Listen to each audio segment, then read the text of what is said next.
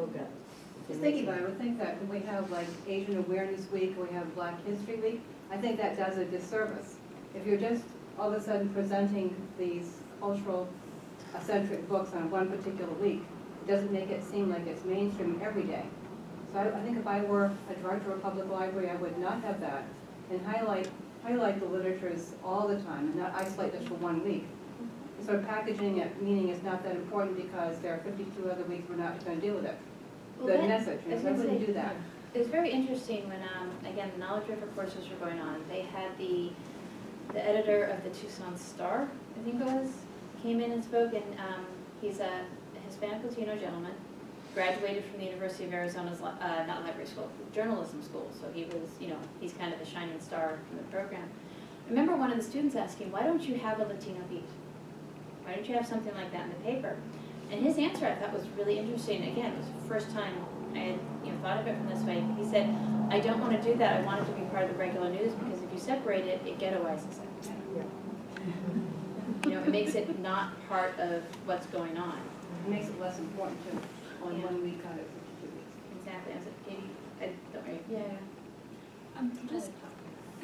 Just to speak to that though, I think there's some degree to which you can really rely on prestige. A lot of the Newbery Award winners, Yes. Caldecott, the Caldecott winners, they incorporate different ethnic groups, different racial groups, different perspectives, and even just saying of course this library, is good enough that it's going to have all of the Newbery winners, or it's going to have all of the Caldecott winners. That is a really unexceptional way to bring in different points of view. Newbery and Caldecott winners usually aren't people of color. Right, they usually aren't. And They that, usually so I aren't, mean, but there are more than they're becoming more, but there are other award winners. Right, Look at other right, award winners. absolutely. Don't use Newbery and But there's Caldecott. also, them because they're Yeah. for adult fiction, there's things like the Booker Prize, which has a tendency to be across a lot of different, but go to the prize winners, and not just Caldecott and Newbery, but Caldecott. But No no minority minority, ones, no Newbery or Caldecott winning will ever pass my library door. yeah. They will all be there. They will be there in your libraries. But I also just wanted to put a plug out there for sometimes having, say, Asian American Literature Week or something like that, is because, as you were saying, with this normative viewpoint, a lot of times librarians won't ever put out Asian American books unless it's that week or something like that, So, I agree, yes, they should be there 52 weeks of the year, but often they're not. Often those are the only time that, a library user will see books by African Americans, books by Asian Americans, whatever. So, I agree that they should be there 52 weeks of the year, but that's not the reality. So I feel like often having those weeks or those months or whatever is sometimes better than It's a balance, the yeah, I was gonna say, it's trying to find a way to kind of balance some of those things. I agree that it is a balance because though I also agree that it should be present all the time, there is still something to be said for for fostering an identity and being proud of that identity. And a lot of what how I've always viewed those particular weeks geared around those sort of things is to kind of foster that sense of community and pride in your own racial identity. Or cultural identity, or whatever it may be. So I just wanted to kind of throw that out there too. It's interesting too when you brought up your family is Norwegian American, and a lot of my research actually is very widespread, especially amongst Scandinavian communities where the language is the first thing to go, very consciously on the part of the family. Not that it just disappears over time. It's very consciously they don't speak to their children, and so I'm half Swedish and I don't speak Swedish, and it's a constant barrier with my family. Yeah, I was gonna say, yeah, I know literally one word in Norwegian, which is, if you know anything, it's like, damn. It's not a big thing, but I mean, the only reason why the one grandmother knew any Norwegian at all was because her grandfather would speak it to her. And they brought him over when he was older, but her mother, it was not supposed to be something that was spoken in the house. And assimilation was, you saw that a lot more, 50 years ago, assimilation still was what was expected. Playing off of this is just completely off the top of my head, but playing off that idea of losing something out of assimilation, going back to next generation, in Star Trek. The reason that the Borg, Yes. they're technologically superior, but you lose so much when you're assimilated.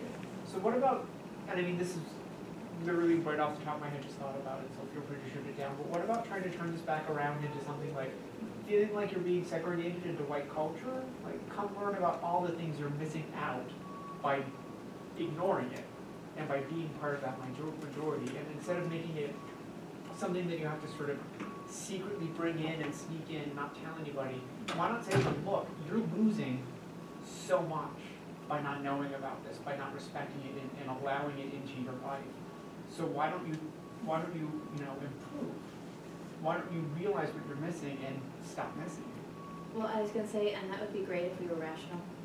Wow, that's tough. No, I mean, I honestly, and the thing is, saying that, you're gonna reach some people, very realistically.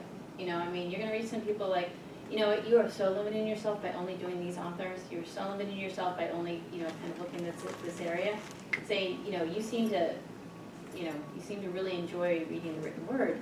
Let me give you some ones that are gonna challenge you and people are gonna jump on it, and other people are gonna be like, no, give me my Harlequin. You know, and it's just, if we were rational creatures, great, that would work so well. But as a species, we're not. I would just point out too that this idea of, I guess, legitimate values or ideas of like American culture, like what is, I saw it, like what you were talking about was actually just ideas of what is legitimate, what is legitimate success. Because everybody has different ideas of what it is, but there seems to be a fairly uniform idea of what is a legitimate success and what is legitimate culture or cultural values too. And in the United States, what tends to set that is the white middle class. But also to go off of what's legitimate, it's what's kept in our archives. And That's actually who huge. collects our information, who holds our storage. Like, I'm in the archives track and I see it, what's being donated, what's being kept. And also in a lot of other cultures, it's more of an oral history. We don't have a lot of tangible material. We're not writing down as much sharing stories, and that's how that history is collected. But here in America, there's such, like, the idea of it has to be tangible, it has to be written down, it's photos and everything. University of Illinois is interesting because they have the Mujeres collection of photos of Hispanic Latino women, which I just found recently and it's very interesting. And like New York and the Center of Puerto Rican Studies, like, but they're so isolated. While the rest of our archives, your local historical society is collecting the heritage there, and it's always, the majority is the middle class white American family that's donating. Well, and it's also who actually has something to donate. Exactly. I mean, that's another huge part of it. I mean, you think about different times in society, who had money for photographs? You know, but I mean, even more, like you said, you have the idea of the oral culture, you know, and it's, you know, so I know one of the, you know, we've lost so much about the early Native American tribes because there was no written language. It was all oral. And what happened when, you know, we decided we had to assimilate these groups, and one of the big things they pushed to do was to remove the language. You know, I mean, you lost a lot with that. You know, and that's, I mean, again, these are kind of things. You think about how much we, you know, there's a lot of things that have been preserved, but how much have we lost on the whole from the slave culture in the U.S.? Because, God, do you think anybody in the South thought that was worth preserving? You know, but there's such a rich history in that, you know, we only have a teeny tiny piece of that. You know, and you kind of think about how much that feeds into people's cultures and understanding. You know, and these are things that, yes, the archives are a huge part about that, you know, what is being kept. And then there's also issues, there's other cultural issues, you know, having been up at UVC, where the Museum of Anthropology has to work with the First Nations about what they're allowed to keep and not. You know, what is, you know, more and more things are actually being returned to their original, you know, the original homes, the original tribes, the original peoples. You know, and that's kind of another big thing that goes on with all of that. You know, and then one of the things to recognize is that there are power structures that feed into all of this, about who makes the decisions. About, you know, and this is, again, one of the huge barriers we have in LIS. If 85% of us are white, who's making the decisions? Probably more than 85% of the time. You know, who's making some of those, who has the power to make those decisions? This is one of the really big things, when you think about it, requires a graduate degree to be a professional. Who makes the decisions in the organizations? The professionals. What are the odds? I mean, you can look at, and, you know, I mean, you are starting to see more and more people go to school, but I will actually say this latest economic downturn has changed the view on going to school. Has changed the view on taking out loans and changed the view of cost of higher education. And that's kind of shifting things again. You know, so I mean, these again are things that we kind of have to think about that go into all this, that feed our decisions and make, you know, that kind of, you know, make what we do and how we do it, who we do it for, and how we need to approach that. You know, I mean, when I teach reference, I stress over and over again, I don't care what you think of the question is that's in front of you. You're not there for you. You're there to answer that question. I don't care if you think it's a good question or not. You act like it is the most interesting question you have ever heard in your life. You know, and you go on from there because again, this idea of like, what is a good question? Well, in LIS, any question is a good question. But do we always see that perception? Why? Sometimes it's because people are burned out in their job, but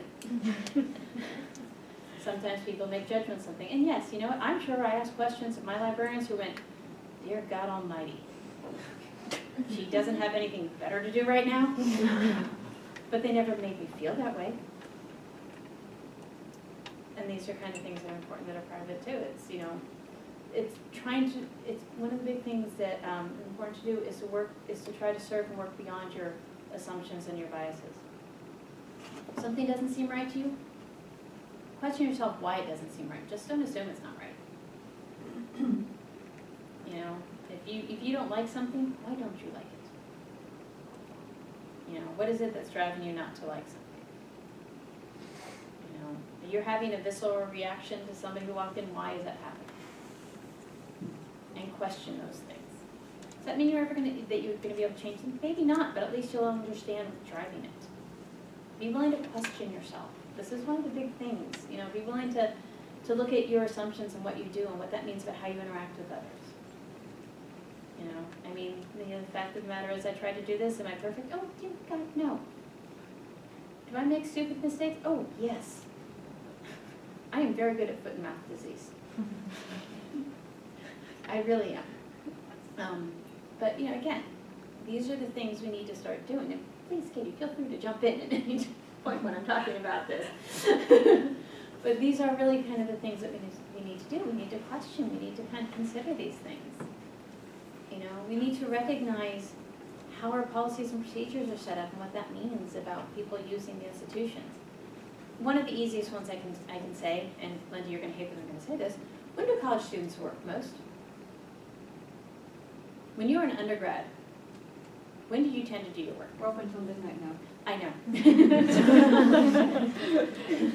But I mean, Throughout the night. yeah, I was going to say, did you really do your work on a 9-to-5 schedule? Everyone. Yeah, no, don't worry, it's okay. I mean, I know I didn't.